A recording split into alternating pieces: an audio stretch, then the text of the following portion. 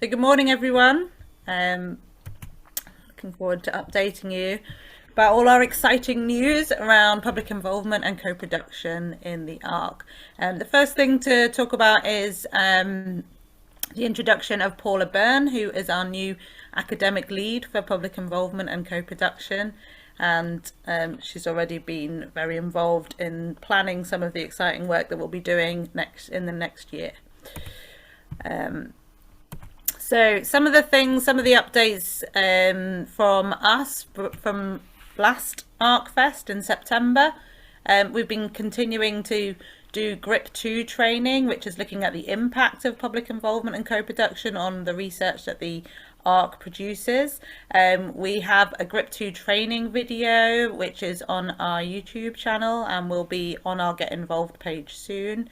The other thing we've been focusing on is having lots of meetings with all our member organisations and partnership meetings within and without the ARC. So we've been meeting with the CRN, which is the Clinical Research Network, the Research Design Service, Liverpool Health Partners, and the Innovation Agency, and also some of our third sector organisations, and also with the HEMS group and our new Corin manager looking at community involvement and engagement. And also supporting MIDAS with their new public involvement methodological group, which is going to be really exciting. And also with the CHAMPS Public Health Research Network. So we're looking at asking our member organisations how ARC can best support them around our model of co-production and public involvement and community engagement. So please do get in touch if you want to have a conversation about that. We've held 2 really busy, successful public advisor forums where we invite researchers or our members who have research ideas to come and talk to a large group of our diverse public advisors about their really early ideas and get feedback about different kinds of research that they might want to do. So we've had PhD students as well presenting about their ideas and getting feedback from this wide sort of groups. At our last advisor forum, which are co-hosted by our public advisor Nahid. She did a fabulous stretch for all of us, which hopefully we'll bring to the next ARCFest. And we also had one of our ARC interns talking about her time working with data and her internship with the ARC, and also about journal clubs, which we'll be setting up soon as well. The other thing that we've been talking about is our public advisor-led research. 2 of our public advisors are leading on research around youth and also domestic violence, and we're going to be sending out information to all our members soon about doing a scoping review around what kind of provision there is for domestic violence around Liverpool and Merseyside, and looking at service gaps and potential research questions for us to look at.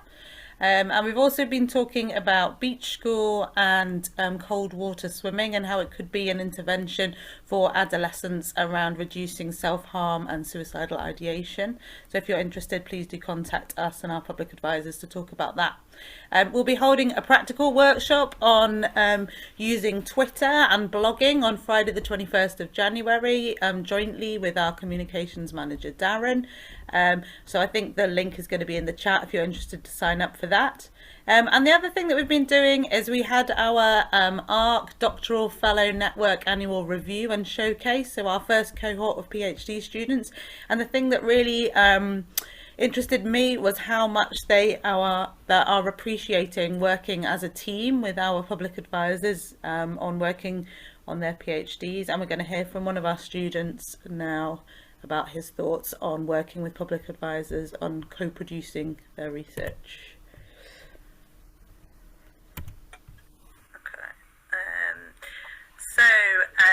Piotr, hi. You know that I'm the Public Involvement Manager at ARC North West Coast. I just wanted to have a quick chat with some of our PhD students to find out how they're getting on and what difference having public advisors on your team is making to you and your work. I mean, having 2 public advisors on my team, Sakria and Nahid, has been a huge help for my project. So really I see it as a co-production into different aspects of it. So it's brilliant how they have been involved in the last couple of months to really design the scoping and systematic reviews, which we got published at the end of the August, and now they're involved in the conducting actually those reviews. So the insight into actually what we should include and how that review can progress is absolutely brilliant. At the same time, they're helping on my qualitative study right now as a co-researcher, helping with all my recruitment materials, interviews, and so on. So I'm happy about that part as well, and also support the recruitment, and hopefully at the beginning of the new year to be involved in some analysis of the interviews as well. So to be honest, I think without the PhD project would not have been so successful, and I think would not progress so well without the involvement. What is the topic of your PhD, Piotr? So my PhD looks into how we can involve better seldom heard communities in the patient and public involvement around the big data research.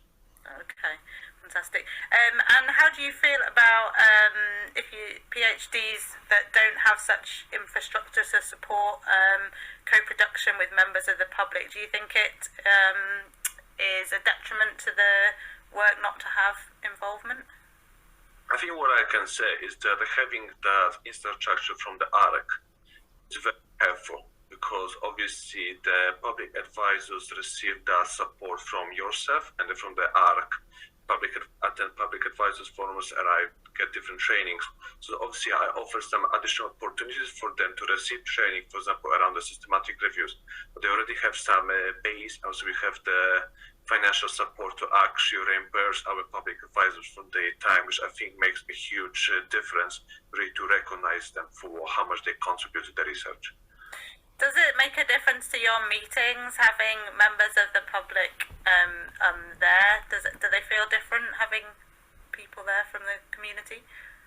Yeah, it's definitely feel as different. So, like, for example, the reviews I mentioned is actually 4 of us coming on those meetings, so 2 public advisors, another PhD student, and myself, and just feel it's actually this participation of the public advisors actually changes the relationship in the team, a discussion, it's much more focused on what actually community needs from that research, and I think that's a very important thing, how the research changes itself.